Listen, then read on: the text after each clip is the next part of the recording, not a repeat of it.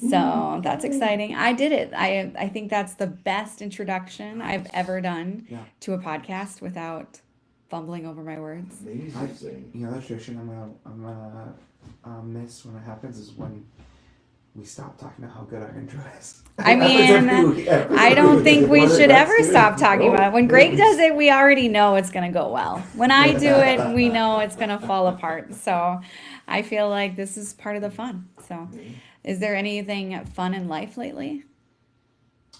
um, Penny Penny? has yeah.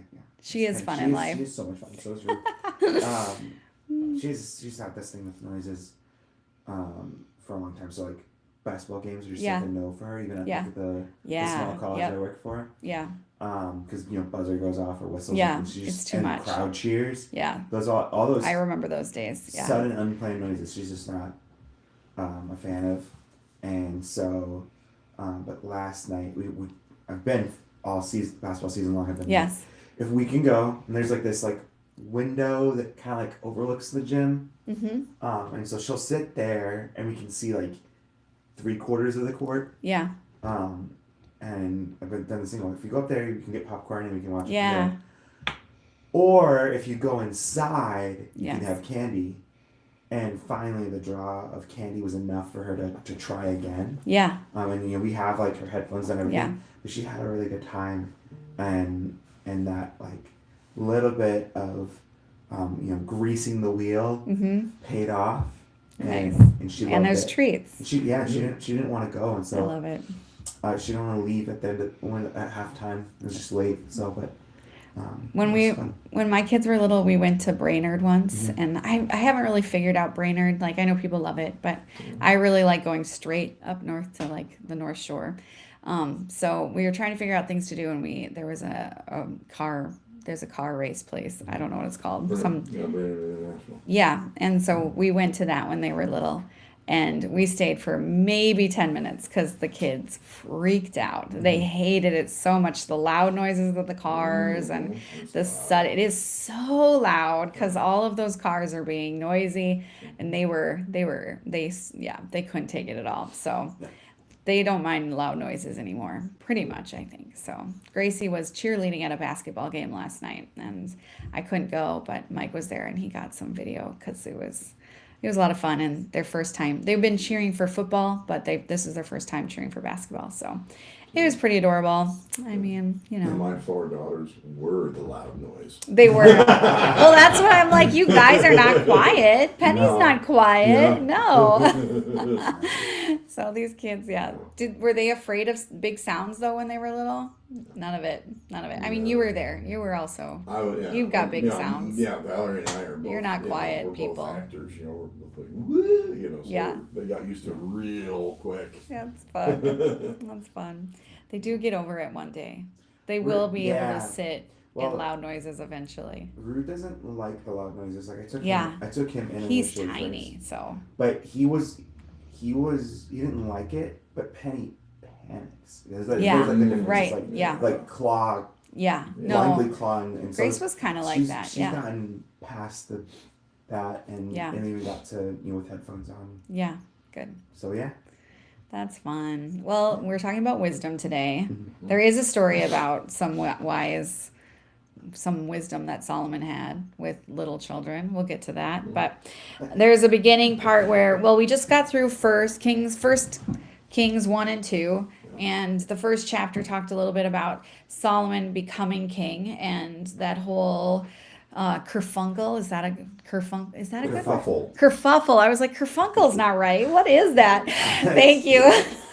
Thanks for fixing that because I was like, how am I gonna? That's the wrong word. A kerfuffle with his brother because his brother thought he should be king, and then Bathsheba, Solomon's mom, was like, no, my son's supposed to be king. So he figured that out with David, and then David and him talked a little bit about following after God's leadership, and that quickly changed because then they started talking about, well, how do we make some political alliances and do this and that, and this king treated me poorly, so maybe get rid of them and take care of that. And then in the next chapter, his brother makes bad choices, so he has his brother killed. which he said he would do, but it seemed a little uncomfortable, a little harsh. I don't know. I missed that podcast last week, so we didn't really talk about it, or I didn't get to talk about it. But there were some tough moments, and then in the beginning of this chapter, we see Solomon marrying Pharaoh's daughter and making some political alliances and moving that direction, which wasn't necessarily what God had called him to do. So he's making some poor choices. They're not really going the way he wants or God wanted them to do it. And then Solomon falls asleep and asks God for wisdom, which I don't know. Like, why do you think Solomon suddenly cared about wisdom? Because I feel like he was trying to please his dad, and he still, like, even when he asked for wisdom, like he said, you loved this kingdom, you loved my dad, you're honoring the promise you made to David by, me being king, like someone in your line continuing to be king. But I don't know. What do you think? Do you think something changed? Do you think like he like had a sudden, oh, I gotta make different choices? Well, I wonder. I always kind of wondered this because I've noticed this with when you have an incoming president. Yeah. Usually during the campaigns, they're making all sorts of promises. Yeah. And then they get the briefing. Yeah. And then everything changes because now they have the entire picture. I mean, I'm not saying this just because to single anyone out and say bad, but Obama made a number of promises, and then he got the briefing, and then everything changed because now he knew stuff that he didn't previously know. Right. And that happens with many presidents. They finally get the whole picture, and they go, "Oh, okay, now I get it." So there's kind of that honeymoon period, and then you get hit full in the face with it. I wonder if Solomon grew up. Yeah. In the He's been palace, preparing his whole life for this. but Yeah. there were probably a number of things that he wasn't briefed on because he wasn't king, and so when he got the briefing, then he went, "Oh wow, there's a little more at play here than I ever imagined." Yeah. And he's going, "Maybe I'm not." Maybe got over that honeymoon period, and he was like, "Oh crap!" And then he goes, "Okay, I need some wisdom here." So I don't know, that's just speculation. No, I think that's good speculation. I think I was trying to figure out how old Solomon probably was in this chapter, because I think he was a younger man, but he was, I mean, by chapter 3, some say he was probably about 20, in his 20s, so he's younger, but he was young and inexperienced. Some people even think he could be around 15 to 20 years old, where others say he's a little older. But I think just going, okay, yeah, this is harder than I thought. This was more than I thought. This is more overwhelming than I thought. And then I have to make all these choices. I married Pharaoh's daughter. Like if he's 15 to 20, I know they got married younger then, but still, I made all these choices. And now I need to go, okay, how am I going to do this well? How am I going to make better choices? How am I going to follow through with what I promised my dad I'd do? Now he's at the top of the chain, so those questions he doesn't get to go, "Oh, someone else will." Yeah. Now it's like, no, and there's probably some uncomfortable silences where he's asked a question, and they're like, "I don't know," and he said, "It's your decision." Yeah. Well, and to this point, everything he's been doing has been something that either the king, David, his father, or one of his father's advisors had set as a checklist. Yeah.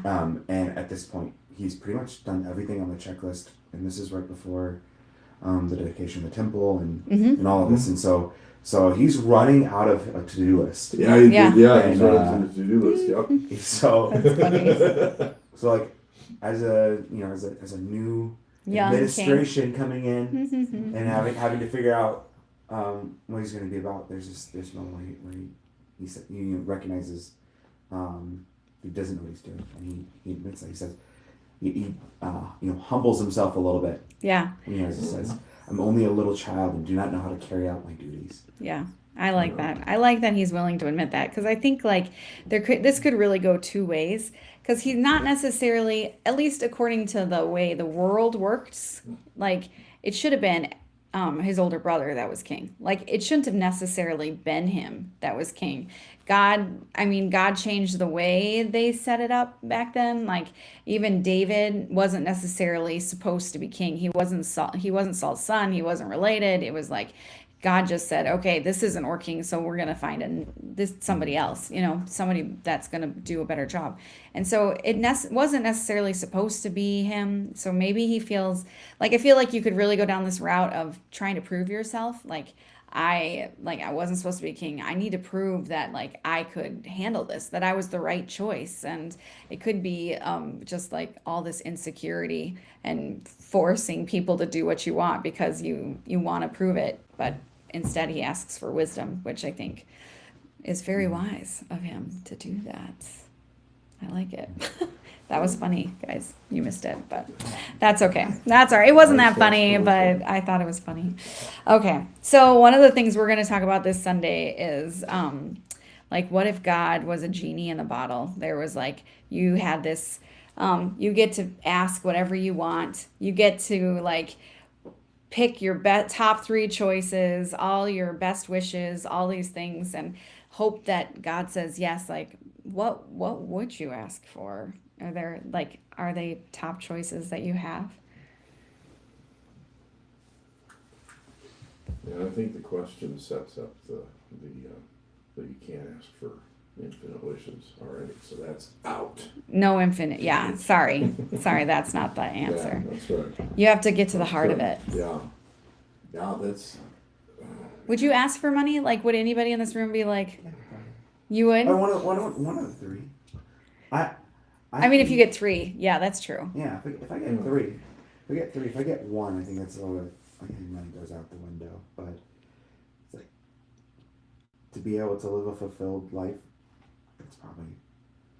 That requires some money. Yeah. I mean, I like that. Like, be able to live a fulfilled life. That might include money. It might include a few things. Although it might be too abstract, and then you might get a genie that's like, well, I'm going to give you all these good things that you don't. Right now, yeah. You might get a philosopher genie, and you're like, actually, I wanted a couple dollar bills in there. But so, yeah, what are the most common things people in our world ask God for? Finances, health. Yeah. Power. Power. Power's probably a big one I ask for, yeah.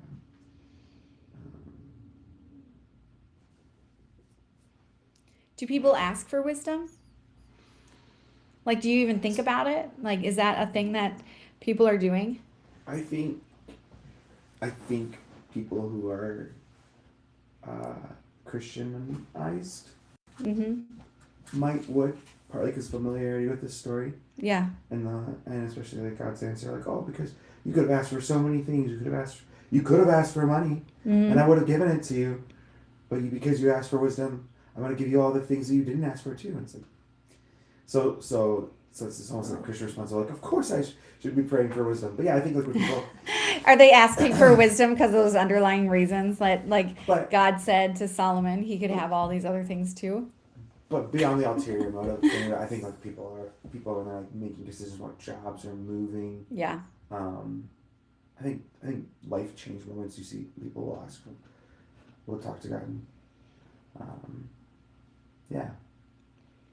I think that, I think it's very situational, right? Like what I'm going through today. And like when I think about the Lord's Prayer, I really love, give us today what I need, help me to make good choices today. And it's very present. And I feel like, even with just how to handle what's happening in our communities and having wisdom in handling that and happening, in parenting, like I feel like constantly I have to ask, help me do this better, help me not completely harm my children because I made a bad choice. Or like this morning I got one of the kids' report cards and it wasn't terrible, but I always like there's some where I'm just like, I feel like we could probably think about this a little more. Like, how did we end up here? Do we need to be?